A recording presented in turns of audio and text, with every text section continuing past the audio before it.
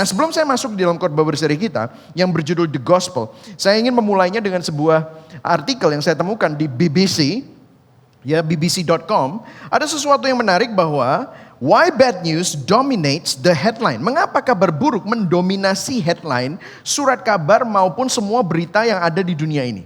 Saudara pernah notice nggak? Kalau saudara beli koran, biasanya yang pertama kali saudara terlihat paling besar-besar itu adalah apa? Kabar buruk, sering kali. 80%, 85%, 90%. Betul atau betul saudara? Ya. Kenapa itu terjadi?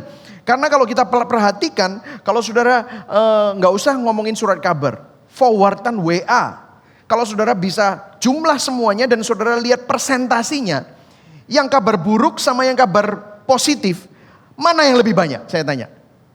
Kabar buruk, betul ya saudara? Lebih banyak. Kenapa? Karena kabar buruk itu semakin sering di forward orang. Kabar buruk itu semakin diklik orang. Jadi sosial media, surat kabar tahu semakin dikasih kabar buruk, semakin laku korannya. Why? Bad news itu selalu sell. Kenapa ya? Kabar buruk itu laku. Nah saudara, secara psikologi ternyata ada istilahnya. Yaitu istilah ini bahasa Jerman yaitu Schadenfreude. Ya, saya nggak tahu Schadenfreude gitu saudara ya. Mungkin the experience of pleasure, joy or self-satisfaction that comes from learning or witnessing the troubles, failures or humiliation of another. Maksudnya begini, ada suatu kesenangan tersendiri, ada suatu kepuasan tersendiri yang datang saat kita melihat masalah, kegagalan atau musibah yang terjadi atas kehidupan orang lain. Kabar buruk itu laku kenapa? Karena secretly secara rahasia di dalam hati kita, lubuk hati kita terdalam, kita itu kalau melihat kabar buruk yang terjadi kepada orang lain, itu ada suatu kepuasan tersendiri dan kita secara diam-diam gak mungkin ngaku dan paling dalam kita bisa bilang, untung itu gak terjadi sama aku. Betul ya saudara? Makanya kalau saudara perhatikan, itu sosial media yang lucu-lucuan biasanya ngeprank orang itu kan lakunya setengah mati. Yang nonton banyak. Kenapa? Kita bisa ketawain orang karena orang lain itu mengalami kesusahan dan kita enggak. Gitu. Tetapi, secara psikologi memang membuat kita merasa puas. Tetapi masalahnya, di balik dari semuanya itu, kita jadi kepikiran bahwa bagaimana kalau hal itu terjadi kepada kita. Sehingga what if? Gimana kalau ternyata aku adalah korban dari pembunuhan itu? Gimana kalau aku ternyata adalah korban dari kecelakaan itu? Gimana kalau aku ternyata korban dari penipuan itu? Gimana kalau aku ternyata korban dari musibah itu? Sehingga meskipun kita secara psikologis itu merasa puas, itu tidak terjadi pada kita. Tetapi seringkali di balik semuanya itu kita jadi sering khawatir. Kita jadi sering takut. Makanya saya mau mengingatkan saudara, saya sempat menulis satu buku Social Media is Not Real. Dan di dalam khotbah berseri Social Media is Not Real, saya pernah membuat sebuah poin yaitu ini. Apa yang Anda percayai, kita baca sama-sama yuk 1, 2, 3. Apa yang Anda percayai jauh lebih penting daripada kabar yang Anda terima. Nah itulah sebabnya saudara saya mau mengingatkan kita, yang saudara percayai itu apa? Sehingga di dalam keadaan dunia di tahun 2021 yang mudah sekali berubah, tidak menentu, banyak kabar buruk, banyak hal-hal yang negatif terjadi di sekeliling kita, banyak hal-hal yang bisa menggoncangkan iman saudara. Kalau saudara tidak tahu apa yang Anda percayai, gak heran banyak orang Kristen sekarang goyah, banyak orang Kristen imannya lemah. Itulah sebabnya hari ini saya mau memulai, kita akan sama-sama memulai khotbah berseri yang baru, The Gospel. Kenapa? Karena ini akan memperkuat apa yang Anda percayai. Sehingga Anda tahu Anda ini mempercayai apa. Yang setuju katakan amin. Amin saudara. Itulah sebabnya saya minta untuk bisa menyimak, Anda mengikuti ini semua. Kita akan mengeksposisi kitab Roma selama 22-23 minggu. Kenapa kok kita pilih ini? Karena gini saudara. Banyak orang Kristen yang saya temui, mereka pikir mereka mengerti apa itu Injil. Tapi kenyataannya, waktu saya berbicara dengan mereka, waktu saya bertemu dengan mereka, banyak orang yang berpikir bahwa mereka ngerti Injil, tetapi banyak yang gak tahu apa itu Injil. Injil mereka pikir hanyalah kitab Injil, yaitu Matius, Markus, Lukas, Yohanes. Injil mereka pikir adalah cara-cara dan nasihat-nasihat untuk membuat kita menjadi hidup sukses, hidup penuh dengan damai. Mungkin Anda sekarang waktu saya ngomong gini, bukankah begitu? No, bukan. Sehingga kerancuan tentang Injil ini membuat orang jadi bingung apa yang mereka percayai. Jadi Kristen yang gak tahu fondasi dari apa yang mereka percayai. Itulah sebabnya kita akan mempelajari selama beberapa minggu ke depan tentang Injil, the gospel. Katakan sama-sama the gospel, the gospel. Oke saudara ya. Nah, Injil itu ada bermacam-macam. Kalau saudara perhatikan di Matius sampai 1 Timotius itu kata-katanya banyak saudara. Jadi maksudnya gini, Injil itu hanya satu, tetapi ada banyak hal yang bisa dibahas mengenai Injil dari berbagai macam aspek dan sudut pandang. Ada Injil kerajaan Allah, ada Injil Yesus Kristus anak Allah, ada Injil kasih karunia, ada Injil anaknya. Ini bukan Injil yang berbeda-beda, Injilnya satu, tetapi bisa dilihat dari bermacam-macam sudut pandang. Dan kita akan melihatnya dari kitab Roma. Nah saudara, kitab Roma ini adalah sesuatu yang sangat-sangat epic kitabnya, karena ini merupakan masterpiece-nya Rasul Paulus. Nah, saudara kalau tahu masterpiece-nya Michelangelo ya, Leonardo da Vinci itu banyak sekali ya saudara. Nah itu adalah mahakaryanya. Nah menurut kalau saudara lihat the Bible, Roma adalah mahakaryanya dari Roh Kudus melalui Rasul Paulus tentang doktrin Injil. Nah, ada beberapa tokoh yang diubah hidupnya melalui kitab Roma, yaitu seorang biarawan dari Afrika, Augustine the Hippo. Hidupnya dirubah setelah dia mempelajari kitab Roma dan dia menjadi mengerti tentang esensi kekristenan. Martin Luther, seorang reformasi yang meluncurkan Kristen Protestan. Kristen Protestan itu akar katanya dari protes ya saudara ya. Protes terhadap praktek gereja yang menyimpang. Dan dia memperoleh pemahaman yang benar tentang apa yang dikatakan oleh kitab Roma, bahwa keselamatan dapat terjadi oleh kasih karunia. Sola gratia and sola fide, oleh iman. Justification by faith, dibenarkan hanya oleh iman. Tokoh-tokoh reform seperti John Calvin, William Tyndale, penterjemah Alkitab, hidupnya dirubah setelah mempelajari kitab Roma. Jadi doa saya, harapan saya untuk saudara semua, selama beberapa minggu ke depan saat kita mempelajari kitab Roma, saudara punya paradigma diobrak-abrik, saudara punya paradigma dapat ditata ulang supaya saudara tahu fondasi di mana saudara berpijak di tengah-tengah dunia yang sedang digoncangkan ini. Amin saudara ya. Nah kita akan baca sama-sama. Sebelumnya saya akan memberikan sedikit overview ya. Dari Roma itu ada 16 pasal. Nah 16 pasal kita nggak bisa bahas satu pasal satu minggu, terlalu banyak. Ini aja hanya nanti Roma 1 sampai ayat 1 sampai 7 ya. Roma 1 sampai Roma 3 itu berbicara tentang overview of the gospel. Gambaran besar dari Injil, kebutuhan manusia akan Injil. Kemudian Roma 4 sampai 5 dan Roma 6 sampai 8 kita akan berbicara tentang justification by the gospel, sanctification by the gospel. Ini berbicara tentang kuasa Injil yang mengerjakan apa dalam hidup kita. Kemudian kita akan belajar tentang Roma 9 sampai Roma 11, bagaimana Israel menolak Injil dan bagaimana Injil itu menjadi sesuatu yang abadi untuk orang-orang selain bangsa Yahudi. Kemudian kita akan melihat dampak bagaimana menghidupi Injil, karena Injil itu ada kuasanya dan ada dampak bagi kita. Bagaimana kita menghidupi Injil, dan kita akan belajar terakhir bagaimana Injil itu membawa kemuliaan bagi nama Tuhan. Kita gak akan melakukannya semua minggu ini, ada 23 minggu, 22 sampai 23 minggu kita akan melakukannya. Hari ini saya akan bicara tentang the person of the gospel, not the concept of the gospel saja. Oke? Nah kita akan baca sama-sama Roma 1 ayat 1 sampai 7 ayat saja. Pertamanya saya mau sampai ayat 17, tapi nanti kita jadi 2 jam di sini. Oke saudara, saya tahu saudara semua lapar ya saudara. Oke, ayat yang pertama, saya akan baca yang putih, saudara baca yang kuning.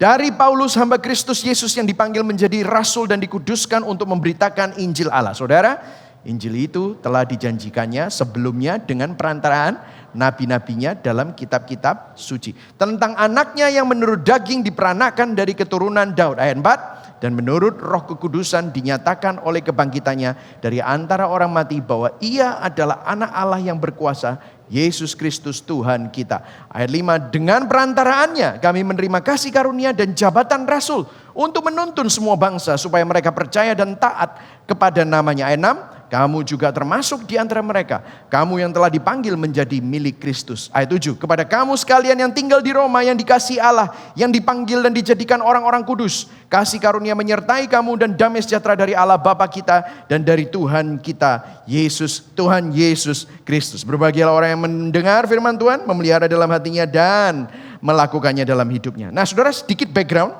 Saya kasih sedikit background. Kalau saudara nggak ngerti kenapa kitab Roma ditulis, kan percuma kita belajar kitab Roma ya. Sedikit background. Paulus menulis surat ini kepada gereja di Roma sekitar tahun 56 sampai 57 Masehi. After Kristus ya, AD. Makanya disebut kitab Roma, waktu itu Paulus ada di Korintus. Dan waktu itu gereja di Roma meledak dengan jiwa-jiwa. Banyak sekali jemaatnya, ribuan jemaatnya. Nah awal mulanya gereja di Roma itu adalah orang-orang Yahudi yang ada di kota Roma. Dan mereka percaya Kristus, mereka jadi Kristen. Tetapi orang-orang Yahudi ini masih memelihara hukum Taurat dan tradisi-tradisi agama Yahudi. Jadi mereka disunat, mereka melakukan sabat, mereka melakukan semua yang Torah perintahkan, tetapi mereka Kristen. Nah tetapi karena Injil itu begitu powerful, maka orang-orang Yunani mulai ikutan bertobat. Karena mereka sadar, mereka orang berdosa. Dan ada kabar kesukaan bahwa Kristus mati dan bangkit buat mereka. Sehingga mereka menerima keselamatan itu. Jadi orang Yunani adalah orang yang pinter, yang berfilosofi. Ya kalau saudara tahu, ya Plato, Sokrates, ya itu semua dari Yunani ya saudara ya. Mereka semua bertobat dan menjadi Kristen. Jadi ada orang Yahudi, ada orang Yunani. Orang Yahudi yang sangat konservatif kolot dengan agama Yahudinya, Kristen. Tetapi orang Yunani yang sangat pintar berfilosofi dan mengeksplor berbagai macam filosofi, jadi Kristen. Kemudian orang Romawi. Ini zaman pemerintahan Romawi. Orang Romawi itu sangat kekinian, sangat powerful, sangat modern. Dan mereka bertobat karena Injil Kristus dan menjadi bagian dari gereja di Roma. Jadi kalau saudara perhatikan, ini ada banyak kubu sehingga ada ketegangan. Ketegangannya adalah seperti ini. Orang Yahudi itu konservatif tetapi sangat legalistik karena dia memaksa. Kalau kamu jadi Kristen kamu harus disunat. Kalau kamu jadi Kristen kamu harus nggak boleh makan makanan ini, haram. Lah sedangkan orang Romawi, lu aku makan kabeh. Aku makan semua gitu, enak aja. Bukannya Kristus membebaskan kita dari dosa dan kita semua bahkan hidup di dalam anugerah kasih karunia. Nah, yang Yahudi sangat kolot, konservatif, tetapi legalistik. Orang Yunani sama orang Romawi, mereka menekankan bukan tradisinya menekankan pada Kristusnya, tetapi hidupnya sangat kekinian dalam tanda kutip, bisa sangat duniawi. Nah, saudara melihat ya, ini yang terjadi. Bukankah ini adalah keadaan kita saat ini? Ada gereja-gereja yang sangat kolot, ada gereja-gereja yang sangat-sangat sembarang bisa gitu. Yang penting kamu dikasihi. Ini adalah ketegangan antara legalisme dan antinomianisme. Legalisme dan licentiousness. Kehidupan yang sembrono, gak apa-apa, minta ampun aja, nanti kan beres gitu saudara. Nah disinilah waktu Paulus mendapatkan kabar, yang memberikan dia kabar adalah Priscilla dan Aquila. Kalau saudara membaca kitab Kisah Para Rasul, ada dua tokoh itu yang menceritakan keadaan di Roma, dan Paulus menulis kitab Roma tentang Injil yang membawa suatu poros yang sangat balance, yang sangat sehat, dan ini akan membantu kita untuk memperjelas apa yang kita percayai di tengah-tengah masa pandemi yang susah ini. Nah, saya akan bicara 4 hal: the servant, the source, the subject, and the scope. The servant of the gospel, the source of the gospel, the subject of the gospel, and the scope of the gospel. Kayak kuliah aja ya saudara ya. Enggak, tenang aja, nanti akan membantu saudara ya. Saudara, I cannot help it. Karena saudara, kalau saudara tahu ya, tahun lalu kita memberikan kitab Exodus selama 31 minggu. Itu pertamanya waktu kita mau launching Exodus. Kita pastoral team itu keder. Kita berpikir gini, jemaat ini gak bosen dah. Dan kita berdoa dan kita pikir, kita gak mau mengikuti market. Market itu adalah cari topik-topik yang keren untuk melayani pangsa pasar. Supaya gereja rame. Nah itu saudara ya. Tetapi luar biasa, tahun lalu, tahun 2020, video kita sejak pandemi. Setiap minggu video kita ditonton 9.000. Sampai tim multimedia itu mendapatkan banyak email bahwa begitu banyak orang dari luar kota, luar pulau tadi pagi yang absen dari Solo, Jombang, Madiun, NTB, NTT, Bali, Singapura. Banyak sekali. Saya sampai wow, luar biasa. Jadi saya mau keep on doing this karena saya tahu semakin kita mengerti Alkitab, semakin kita mengerti kebenaran firman Tuhan, itu akan memerdekakan saudara. Amin saudara. Nah, kita akan mulai the servant, oke? Nah, luar biasanya sekali Roma 1 ayat 1 langsung dikasih kata surat ini dari mana? Yang kuning baca sama-sama, dari Paulus. Nah, saudara-saudara, saya perlu kasih tahu kalau zaman dulu itu nama yang menulis itu di depan. Kalau zaman sekarang kan enggak. Nama menjadi tujuannya. Dear Mr. Michael Christian. Kan gitu kan saudara. Terus suratnya apa? Terus baru terakhir salam hangat dari misalnya istri saya, Novi Tanujaya. Oh, kalau Novi Tanujaya enggak salam hangat, salam cium dan peluk dan cinta. Wah, gitu saudara ya. Novi Tanujaya. Nah, kalau kayak gitu repot. Karena apa? Zaman dulu modelnya bukan surat kayak sekarang, tetapi scroll. Saudara tahu scroll? Jadi kalau buka itu gini, seret gitu. Nah, yang atas itu diambil mulainya dari sini. Lah kalau ditandatangani dari Paulus, tertanda dari Paulus, berarti kan dia harus buka semua dulu. Seret. Ini siapa sih nulis? Terus lah Paulus tadi nulis gitu saudara. Enggak ya saudara. Tapi dari awal sudah dari Paulus. Dan saudara kalau kita perhatikan dari Paulus ini dulu kita ini saya ngertinya gini. Paulus itu nama baptis. Dulu namanya siapa? Wah ini sekolah minggunya lulus semua ya gitu saudara. Saulus. Tetapi bukan begitu saudara. Setelah saya pelajari ternyata Saulus dan Paulus itu memang namanya dari awal. Saulus adalah nama Yahudi. Dari Raja Saul. Kemudian Paulus adalah nama Romawi. Karena dia adalah warga negara Romawi. Dan kenapa dia pakai Paulus waktu menulis kitab-kitab ini? Karena dia memang traveling dari kota ke kota, dari negara ke negara. Traveling sebagai seorang warga Romawi. Warga negaranya Romawi. Dan itu memudahkan dia. Dia beberapa kali hampir dibunuh dan ditangkap. Tetapi gara-gara dia warga negara Romawi, gak jadi saudara. Karena gak bisa ada Pax Romana, ya nggak bisa kamu semena-mena sama warga negara Romawi. Nah, seterusnya, ini yang pertama, ya. Hamba Kristus Yesus, hamba Kristus Yesus, hamba servant. Kalau saudara lihat, yang saya lingkari adalah hamba. Hamba di sini bahasa aslinya adalah doulos. Katakan sama-sama doulos. Doulos. Apa artinya doulos? Nah, begini saudara, saya jelaskan. Doulos ini agak kompleks untuk menjelaskannya. Karena begini, kalau seorang, misalnya saya punya hutang terhadap orang yang sangat kaya. Hutang saya terlalu banyak dan saya nggak bisa bayar, saya udah bangkrut. Apa yang harus dilakukan menurut hukum? Yaitu saya harus menjadi budak dari orang yang menghutangi saya. Sampai hutang saya lunas dengan pembayaran sebagai budak tersebut. Nah, misalnya saya hutangnya banyak dan ternyata saya harus kerja 10 tahun sama ini orang jadi budaknya dia. Nah, puji Tuhannya menurut hukum Musa, hukum Taurat, kamu itu cuma bisa kerja maksimum 6 tahun. Tahun ke-7 kamu harus dilepaskan. Karena menurut hukum Musa, kalau kamu mempunyai budak, seorang budak itu boleh kerja 6 tahun. Tahun ke-7 kamu harus dibebaskan. Supaya apa? Ternyata hukum Taurat Musa sudah memikirkan hak asasi manusia untuk tidak dieksploitasi. Jadi meskipun saya utangnya harus dibayar 10 tahun, 15 tahun. Yang menjadikan saya budak itu hanya boleh memperkerjakan saya 6 tahun. Kemudian tahun ke-7 saya harus dibebaskan. Utang saya harus dibebaskan, saya jadi orang bebas. Nah ceritanya begini. Kalau saya sudah jadi orang bebas, saya utangnya sudah lunas, saya punya pilihan. Saya bisa pergi atau kalau selama 6 tahun saya kerja, saya merasa Tuhan saya ini begitu baik. Tuhan saya bahkan 6 tahun ini enggak ngungkit-ngungkit tentang utang saya, memelihara saya. Aduh, aku enggak bisa, enggak sampai hati untuk meninggalkan dia. Karena dia adalah Tuhan yang sangat baik.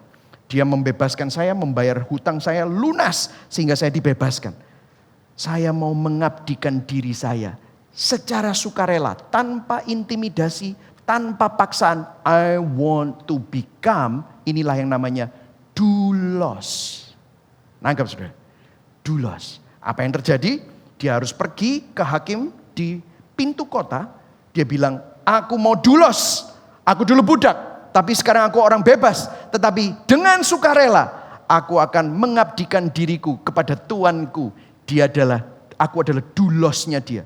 Dan sesudah itu, pemimpin kota akan memberikan dia anting-anting. Nah makanya zaman dulu kalau pakai anting-anting itu adalah doulos. Kamu adalah seorang hamba tapi bukan budak dipaksa. Tapi secara sukarela, aku mengabdikan diriku. Nah luar biasanya, Paulus memakai kata-kata doulos. Dari Paulus, mestinya kan gini, lebih keren gini. Yang dipanggil menjadi rasul. Nah, kan terusannya gini, yang dipanggil menjadi rasul. Tetapi dia bilang apa? Aku itu doulosnya Kristus. Apa yang Paulus ingin katakan? Aku itu hutangnya banyak sama Tuhan.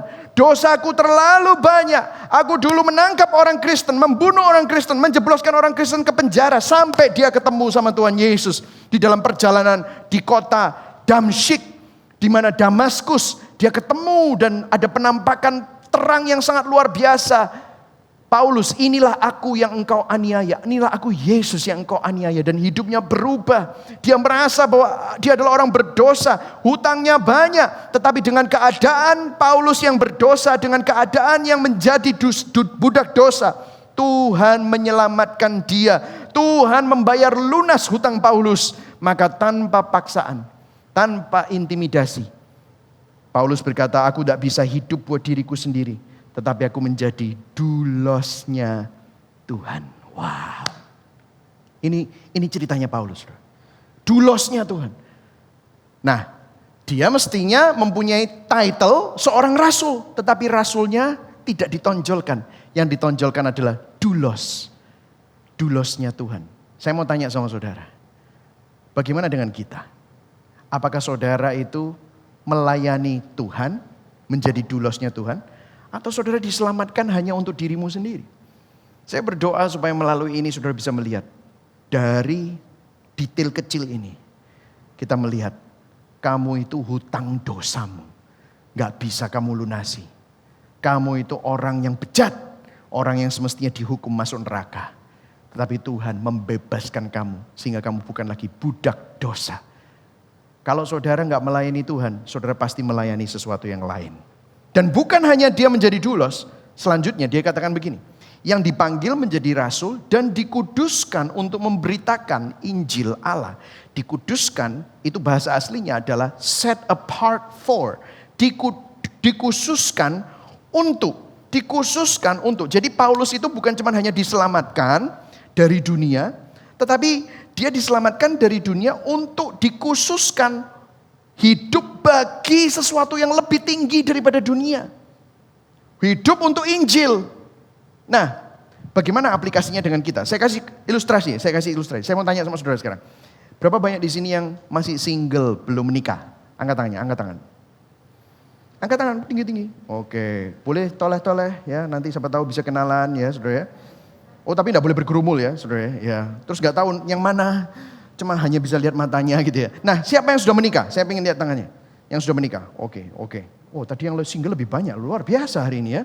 Banyak orang single di sini ya. Nah, yang sudah menikah mengerti ilustrasi saya. Ya, saya sudah menikah dengan istri saya. Ini adalah tahun ke-21 kita jalan. Nah, waktu saya menikah pertama kali, ya of course cuma sekali ya saudara ya. Pertama ya. Jadi gini, dulu single, saudara semua yang masih single, saudara semua free untuk didekati oleh siapapun, betul?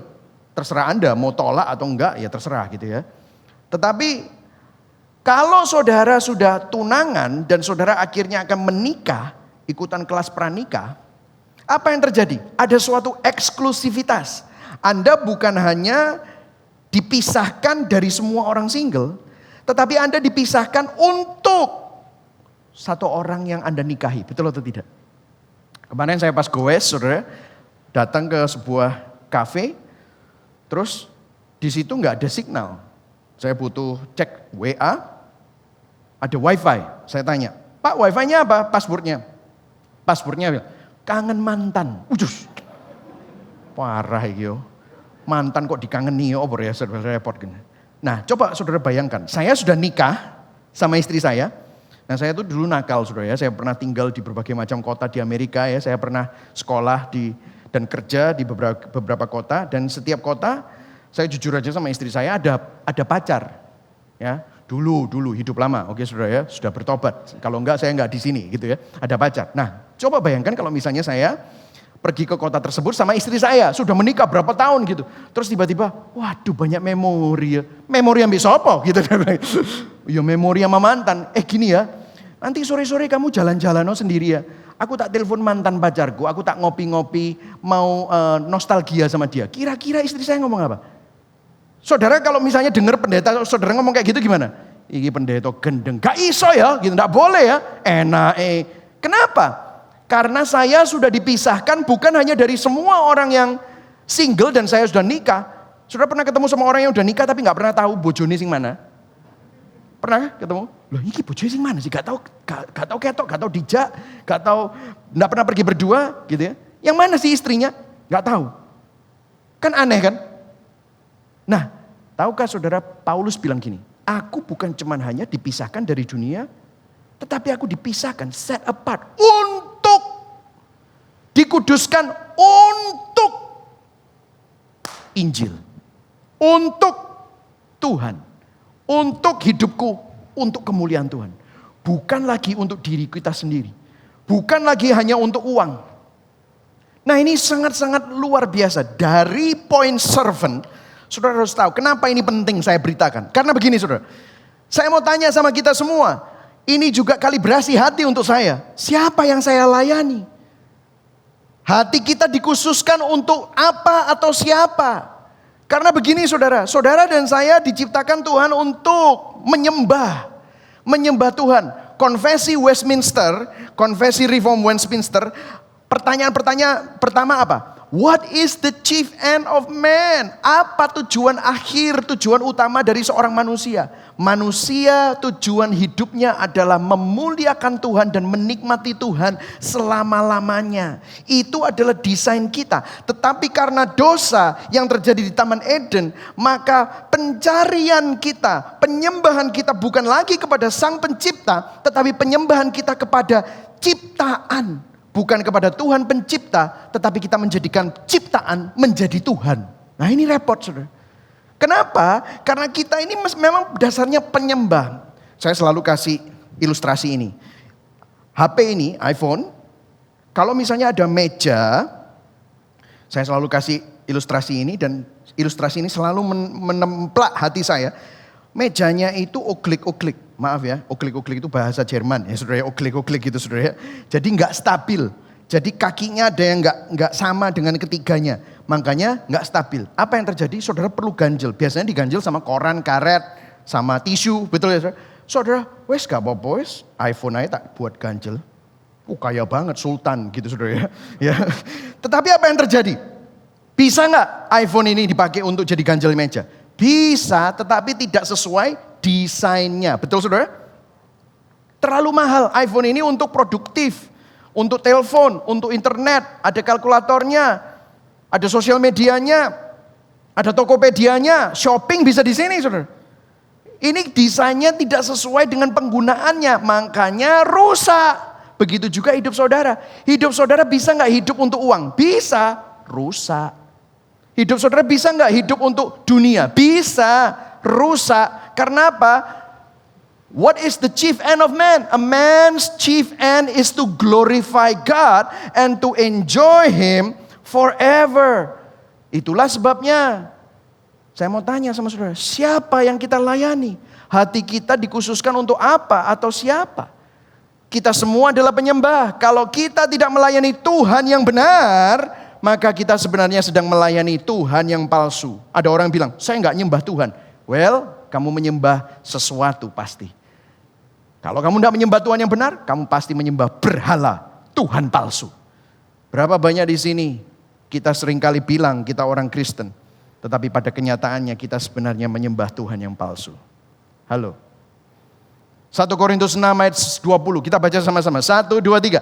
Sebab kamu, ayo semuanya sama-sama. Sebab kamu telah dibeli dan harganya telah lunas dibayar. Karena itu muliakanlah Allah dengan tubuhmu. Kita sudah ditebus menjadi milik kepunyaan Tuhan. Dikhususkan untuk hidup bagi kemuliaan Tuhan. Yang setuju katakan amin dengan keras. Amin. Amin saudara. Yang pertama, servant. Servant of the gospel itu hidupnya seperti ini, saudara. Yang kedua, the source. Nah ini saudara, luar biasa. Dari Paulus, hamba, doulos. Katakan sama-sama doulos. Doulos. Kristus Yesus yang dipanggil menjadi rasul dan dikuduskan. Set apart untuk the gospel. Untuk apa? Memberitakan Injil Allah. The gospel of God.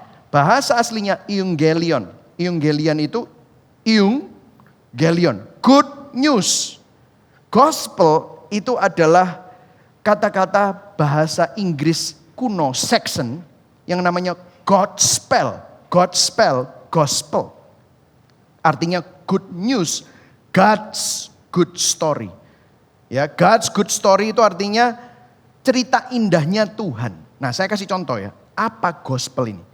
Saya kasih contoh. Misalnya, Anda punya kerajaan, ada rajanya, ada rakyatnya, hidup sejahtera, luar biasa indah. Tiba-tiba ada satu kerajaan yang mengancam, mengintimidasi kerajaan saudara.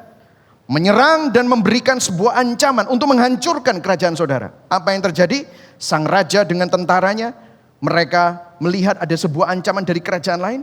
Maka mereka, ayo kita perang, kita kalahkan kerajaan itu supaya kita lindungi seluruh kerajaan kita. Maka apa yang terjadi? Rajanya perang bersama dengan seluruh tentaranya. Dan waktu kerajaan yang mengancam itu dikalahkan, rajanya gak langsung kembali pulang. Apa yang dia lakukan?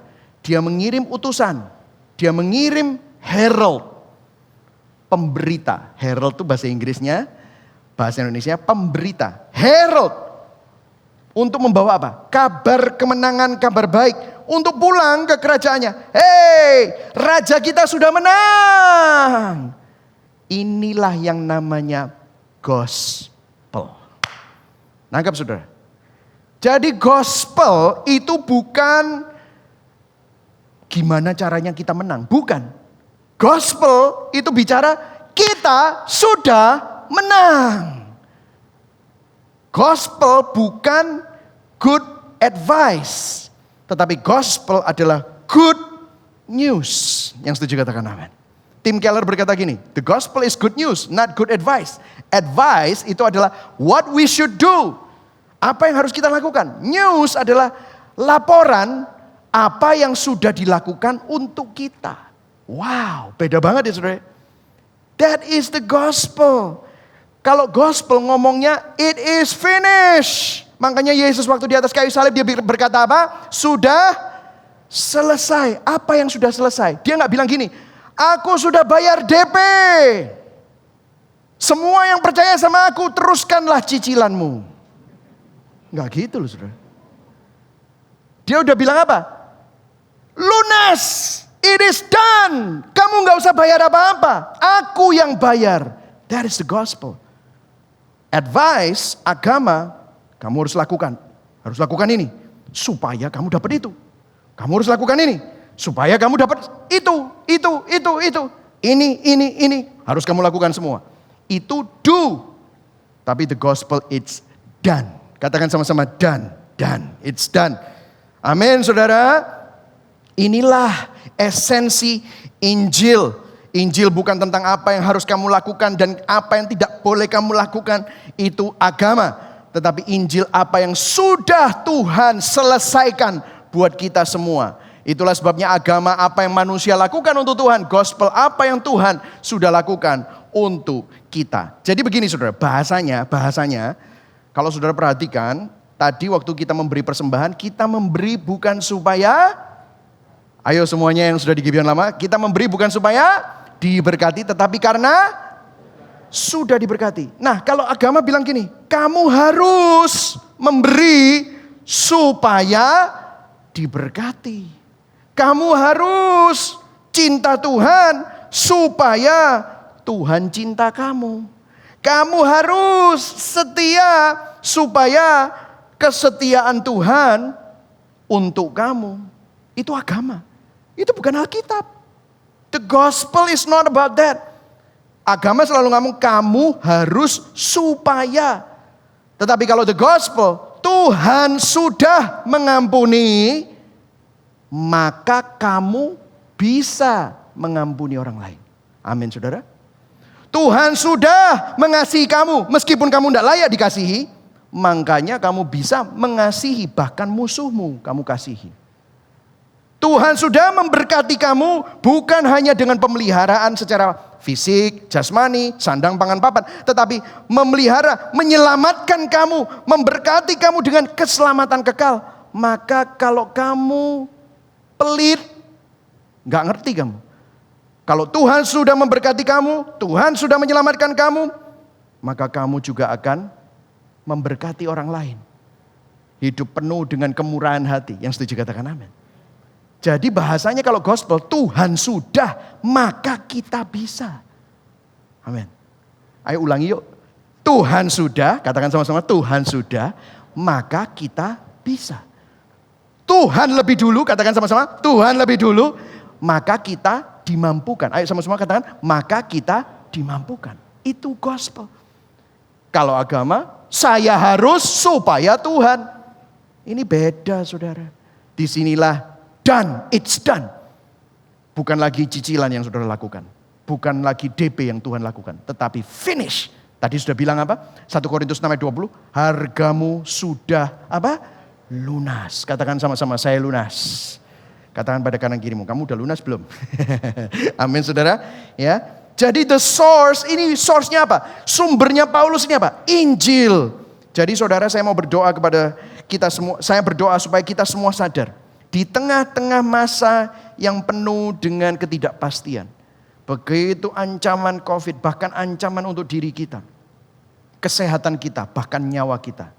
Saudara, saya berdoa supaya saudara sadar. Hidupmu itu aman. Karena masalah yang terbesar yang kita menjadi ketakutan kita yaitu maut sudah dikalahkan oleh Tuhan. Oke, yang ketiga. The subject. Subjeknya Injil ini apa? Ini yang menjadi judul khotbah saya. Judul khotbah saya, Injil itu bukan konsep tetapi orangnya. Lihat, ayat yang kedua. Injil telah dijanjikannya sebelumnya dengan perantaraan nabi-nabinya dalam kitab-kitab suci. Ayat 3, kita baca sama-sama yang di buletin. 1, 2, 3 tentang siapa? Anaknya yang menurut daging diperanakan dari keturunan Daud. Dan menuruti roh kekudusan dinyatakan oleh kebangkitannya dari antara orang mati. Bahwa ia adalah anak Allah yang berkuasa.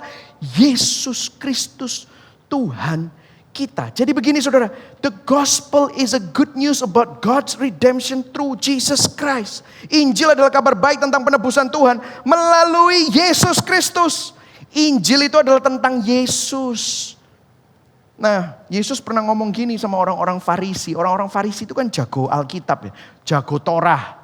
Terus dia bilang begini di Yohanes 5 ayat 39, dia bilang gini, kalian semua mempelajari Alkitab, yaitu kitab-kitab suci, kitab para nabi, kitab hukum Taurat, menyangka bahwa dengan cara itu kalian mempunyai hidup sejati dan kekal. Terus dia bilang gini, Alkitab itu sendiri memberi kesaksian tentang siapa? Aku. Kamu tahu hukum Taurat itu bayangan tentang siapa? Sembelihan anak domba itu siapa? Aku. Imam besar yang harus masuk ke ruang Maha Kudus itu siapa? Aku. Kalau saudara belum tahu itu semua, ikuti khotbah berseri Exodus. Saudara akan lihat semua. Bahkan desainnya tabernakel itu adalah pelataran, ruang kudus, ruang Maha Kudus. Ini bicara tentang siapa? Aku. Jalannya cuma satu, pintu tabernakel cuma satu. Akulah jalan. Ada meja roti. Roti itu adalah memberikan makan. Akulah roti hidup. Ada air yang membasuh. Akulah air hidup. Ini semua tentang aku. Ayat 40. Tetapi kalian tidak mau datang kepadaku untuk mendapat hidup kekal. Saudara, sekali lagi Injil bukan tentang cara-cara untuk kita hidup sukses. Alkitab bukan tentang cara-cara supaya kita hidup penuh dengan bebas tantangan. Bukan saudara. Tetapi tentang Kristus yang sudah menyelamatkan saudara dan dia tidak pernah meninggalkan saudara. Yang setuju katakan amin. Kalau saudara perhatikan di khotbah berseri Miracle of the Bible, saudara bisa cek sendiri ya. Itu 10 minggu saya bicara tentang Alkitab, keabsahan Alkitab. Alkitab itu isinya berapa? 66 kitab. Yang nulis berapa? 40 penulis. Ada raja, ada nabi, ada gembala, ada nelayan. Edukasinya berbeda-beda, rasnya berbeda-beda. Ada 3 bahasa, mereka gak kenal satu sama lain.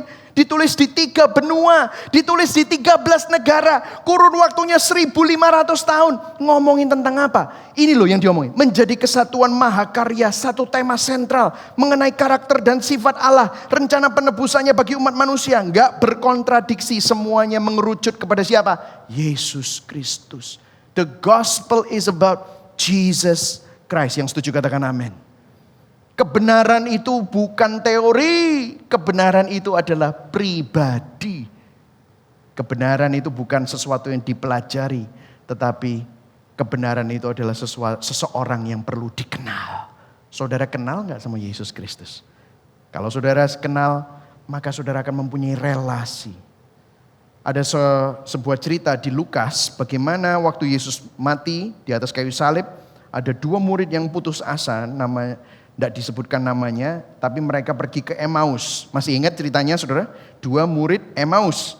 Apa yang terjadi? Ketemu sama Tuhan Yesus.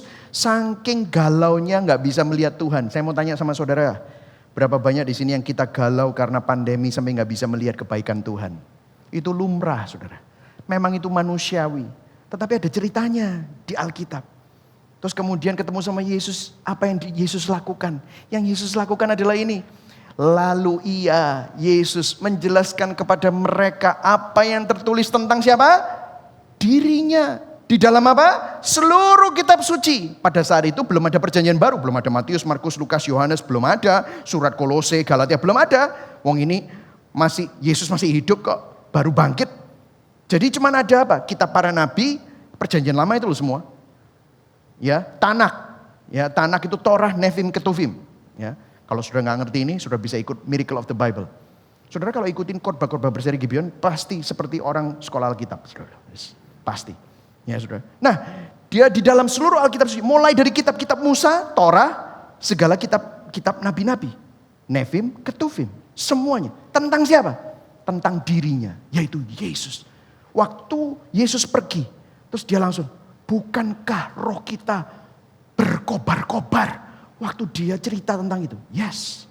Saudara, kalau saudara sedang galau, yang saudara lakukan bukan, yang saudara butuhkan bukan nonton Netflix. Yang saudara butuhkan bukan nonton drama Korea, tambah galau, kangen mantan nanti. Sungguhan. Yang saudara butuhkan itu adalah merenungkan Injil. Karena waktu saudara merenungkan Injil, gila ya. Aku ngapain takut? Yang saudara butuhkan adalah melihat segala sesuatu ini dari kacamata Injil. Kalau saudara lihat Injil, ini bicara tentang ini. Alkitab, perjanjian lama, bicara tentang apa? Antisipasi kedatangan Mesias, Kristus. Kitab Injil itu apa? Matius, Markus, Lukas, Yohanes. Perwujudan dari karya pribadi kedua Allah Tritunggal, Yesus. Kisah para rasul berbicara tentang pekerjaan Roh Kristus. Betul ya saudara? Surat para rasul, penjelasan. Surat para rasul itu bukan kisah para rasul. Surat para rasul itu adalah apa? Ya ini, Roma, Efesus, Galatia, Kolose, 1 Petrus, 1 Yohanes, ya, Wahyu, semua itu. Oh bukan, Wahyu terakhir. Surat para rasul, penjelasan siapa Kristus itu. Makanya kita mempelajari kitab Roma supaya tahu apa yang kamu percayai, siapa yang kamu percayai, fondasi dari apa yang kita percayai. Terus kitab Wahyu, pemerintahan Kristus nanti. Pada waktu kita mengalami langit baru dan bumi baru. Ya, jadi the subject yang terakhir saudara. The scope. Nah ini the scope menyangkut saudara dan saya. The scope ini jangkauan. Jangkauannya Injil. Nah ini luar biasa saudara ya. Lihat ayat 5 sampai ayat 7 dan kita akan selesai. Dengan perantaraannya kami menerima kasih karunia dan jabatan rasul. Jadi kalau saudara melihat saya sebagai gembala sidang, saya ada orang sebagai pendeta, hamba Tuhan. Kita semua ini adalah orang-orang yang menerima kehormatan kasih karunia. Tidak layak mestinya di sini. Kalau saya mau jujur sama saudara, saya orang yang paling gak layak untuk jadi pendeta dan gembala sidang. Dosaku terlalu banyak saudara. Seperti saudara juga mungkin saudara, oh jangan kalau saya ketemu pendeta nanti saya kobong. Gitu. Neraka gitu saudara. Saya lebih lagi. Tetapi hanya karena kasih karunia Tuhan. Saya bisa ada di sini karena karya Kristus. Rasul Paulus bilang, kami menerima kasih karunia dan jabatan rasul untuk apa? Menuntun semua bangsa. Supaya mereka percaya dan taat kepada namanya. Kamu juga dipanggil termasuk di antara mereka. Telah dipanggil menjadi milik Kristus. Dia ngomong kepada orang Yunani. Dia ngomong kepada orang Romawi. Dia ngomong sama orang Yahudi. Kamu semua dipanggil, dipilih menjadi milik Kristus. Kepada kamu sekalian yang tinggal di Roma yang dikasih Allah. Yang dipanggil dan dijadikan orang-orang kudus. Kamu tuh dulu berdosa. Tetapi kamu jadi orang kudus. Bukan karena kamu kudus. Bukan karena kamu layak. Baik, bukan. Kamu berdosa semua. Tetapi kekudusan Kristus. Kristus yang kudus. Yang tidak mengenal dosa jadi dosa. Supaya kamu yang tidak layak. Yang berdosa. Menerima kebenaran Kristus. Kekudusan Kristus transfer kepada kamu. Dosamu ditimpakan. Ganjaran yang mendatangkan keselamatan. Ditimpakan kepada Kristus. Tetapi kekudusan. Kebenaran. Kemuliaan Kristus. Diperhitungkan kepada kita yang percaya kepadanya. Wow. Kasih karunia menyertai kamu dan damai sejahtera dari Allah Bapa kita dan dari Tuhan kita Yesus Kristus. Yang keren di sini adalah semua bangsa. Semua bangsa bicara tentang orang Indonesia termasuk. Orang Jawa. Orang Padang. Orang Kalimantan. Orang NTT. Orang Tionghoa. Orang Surabaya. Wani. Diselamatkan oleh Tuhan. Maksudnya apa? Injil kabar baik. Bukan cuma hanya untuk orang Yahudi. Bukan cuma hanya untuk orang bule. Tetapi bagi semua bangsa. Semua suku dan bahasa. Berikan tepuk tangan buat Tuhan. Berikan tepuk tangan buat Tuhan. Kita dulu gak masuk hitungan bro. Kita dulu gak masuk hitungan. Tetapi sekarang kita semua masuk dalam sebuah keluarga Allah. Ada sebuah ayat di Efesus 2. Efesus 2 bilang gini. Ia datang, yaitu Yesus datang. Dan memberitakan damai sejahtera kepada kamu yang jauh. Yang jauh ini ngomongin apa? Gentiles, itu bahasa aslinya. Gentiles ini apa? Bangsa non-Yahudi. Ya siapa? Kita-kita nih. Yang kulitnya coklat. Yang matanya sipit kulit kuning. Yang matanya belok tetapi rambutnya keriting. Jauh kita ini. Kita ada di Asia. Injil di Timur Tengah, jauh. Dan damai sejahtera kepada mereka yang dekat. Dekat itu siapa? Yang dekat itu siapa? Bangsa Yahudi. Yesus bilang gini, Injil bukan cuma hanya untuk orang Yahudi. Meskipun Yesus itu lahir dari bangsa Yahudi. Tetapi dia menjadi jembatan buat orang yang jauh dan dekat. Karena oleh dia, lihat.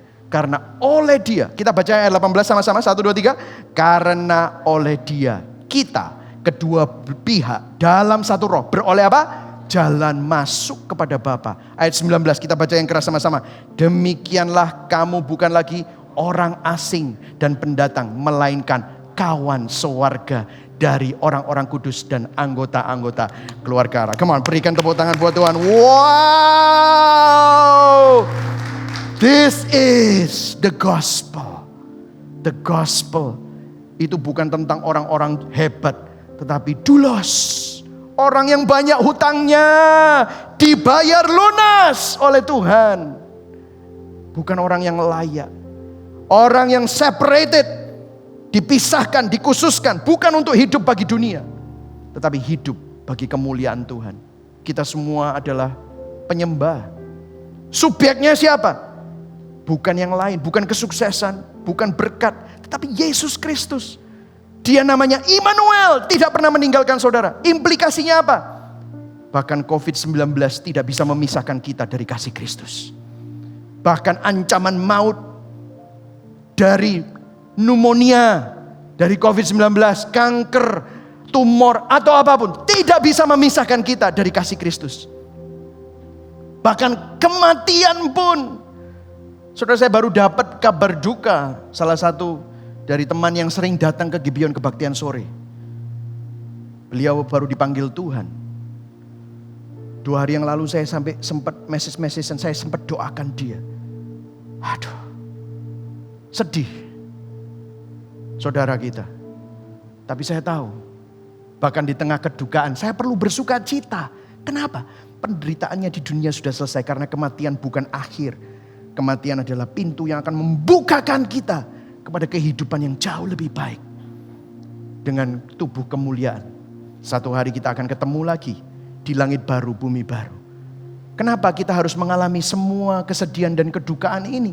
Supaya kita ingat bahwa kita adalah anggota kerajaan Allah, bukan kerajaan dunia. Yang setuju katakan amin. Kita tidak hidup untuk dunia, tapi kita hidup untuk Tuhan. Tidak ada yang bisa memisahkan saudara dari kasih karunia Tuhan. Karena dia sudah membuktikannya di atas kayu salib. Amin saudara. Mari sama-sama kita bangkit berdiri. Saya akan bertanya kepada saudara sebagai aplikasi. Kalau saudara yang datang di onsite, saya yakin saudara sudah menerima Injil. Tetapi saya mau tanya sama teman-teman yang ada di online. Kalau somehow Anda menonton program ini. Kalau Anda menonton di TV, Anda menonton di YouTube, Anda menonton di app, apakah Anda sudah menerima Injil ini? Kalau Anda somehow browsing dan ketemu dengan Injil, artinya Sang Gembala Agung sedang mengundang Anda untuk bisa menerima keselamatan, kekal, kebenaran. Bukan hanya teori, tetapi kebenaran adalah pribadi Yesus Kristus. Bagi saudara semua yang ada di sini, yang menonton ini juga, kalau Anda sudah menerima, apakah Anda menghidupi Injil ini? Saya mau tanya sama saudara, siapa yang kamu layani? Dirimu sendiri? Uang? Hidupmu dikhususkan untuk apa? Seringkali kita hidup untuk sandang pangan papan, untuk bisa beli baju, untuk bisa beli rumah, sandang pangan papan, beli makan, betul ya saudara? Dan itu siklusnya berulang seperti lingkaran setan. Kita hidup bukan untuk itu. Kita diselamatkan untuk kemuliaan Tuhan. Biarlah kita menjadi pemberita kabar baik. Biarlah kita hidup bukan diintimidasi oleh ketakutan, bukan diintimidasi oleh keadaan dunia yang sedang menuju kepada kebinasaan. Tapi kita hidup dengan suatu kepastian bahwa ada pengharapan yang tidak mengecewakan di dalam Yesus Kristus. Amin saudara.